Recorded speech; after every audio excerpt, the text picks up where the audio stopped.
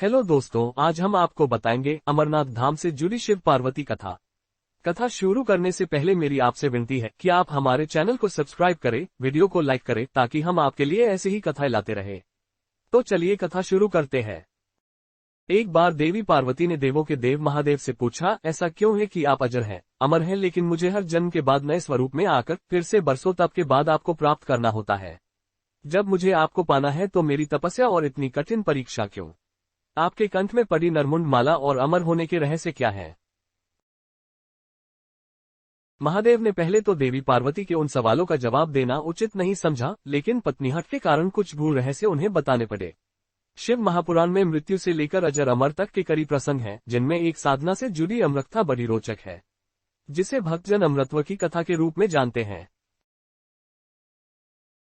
हर वर्ष हिमालय में अमरनाथ, कैलाश और मानसरोवर तीर्थ स्थलों में लाखों श्रद्धालु पहुंचते हैं, सैकड़ों किमी की पैदल यात्रा करते हैं। क्यों? यह विश्वास यूं ही नहीं उपजा। शिव के प्रिय अधिक मास अथवा आषाढ़ पूर्णिमा से श्रावण मास तक की पूर्णिमा के बीच अमरनाथ की यात्रा भक्तों को खुद से जुड़े रहस्यों के कारण और प्रासंगिक लगती है।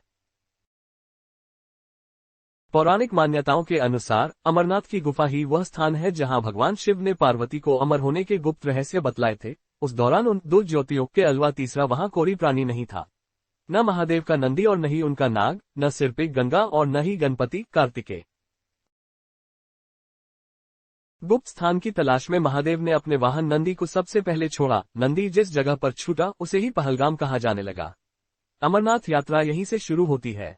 यहाँ से थोड़ा आगे चलने पर शिवजी ने अपनी जटाओं से चंद्रमा को अलग कर दिया। जिस जगह ऐसा किया वह चंदनवाड़ी कहलाती है। इसके बाद गंगा जी को पंचतरणी में और कंठाभूषण सर्पों को शेषनाग पर छोड़ दिया। इस प्रकार इस पड़ाव का नाम शेषनाग पड़ा। अमरनाथ यात्रा में पहलगाम के बाद अगला पड़ाव है गणेश टॉप। मान्यता है कि इसी स्थान पर महादेव ने पुत्र गणेश को छोड़ा। इस जगह को महागुणा का पर्वत भी कहते हैं। इसके बाद महादेव ने जहां पिस्सू नामक कीड़े को त्यागा, वह जगह पिस्सू घाटी है।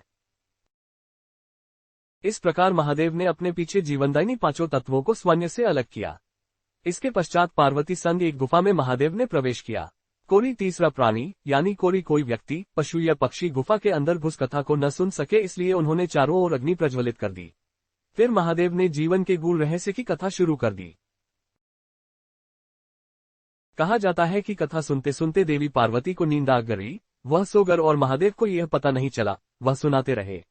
यह कथा इस समय दो सफेद कबूतर सुन रहे थे और बीच बीच में गूं गूं की आवाज निकाल रहे थे। महादेव को लगा कि पार्वती मुझे सुन रही है और बीच बीच में हुंकार भर रही है। चूंकि वैसे भी भोले अपने में मग्न थे तो सुनाने के अलावा ध्यान कबूतरों पर नहीं गया।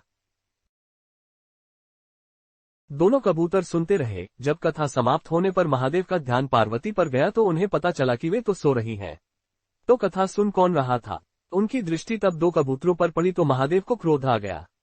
वहीं कबूतर का जोड़ा उनकी शरण में आ गया और बोला, भगवान, हमने आपसे अमरकथा सुनी है।